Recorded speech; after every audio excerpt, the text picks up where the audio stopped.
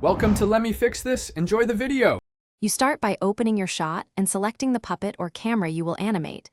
This puts you where the work happens. Once selected, show the animation set editor and pick the bone or control you want to change. That identifies the channel. Set the timeline to your first frame, then press M to create a keyframe. This captures position, rotation, and parameters. Make sure auto key is off if you want manual control, and name the pose for fast reuse. Once the initial keyframes exist, scrub to the target frame and manipulate the same bone or controller, then press M again to lock that pose as a new keyframe. After you have at least 2 keys, open the graph editor to see value curves.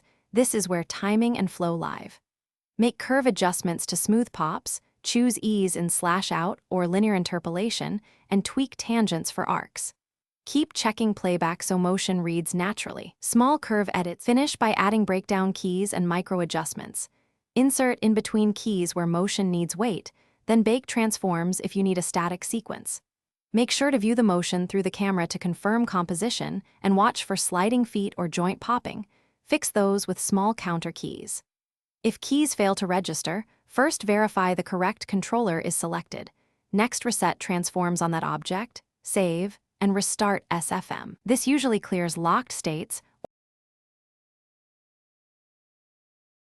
Thanks for watching. If you found this helpful, don't forget to like and subscribe.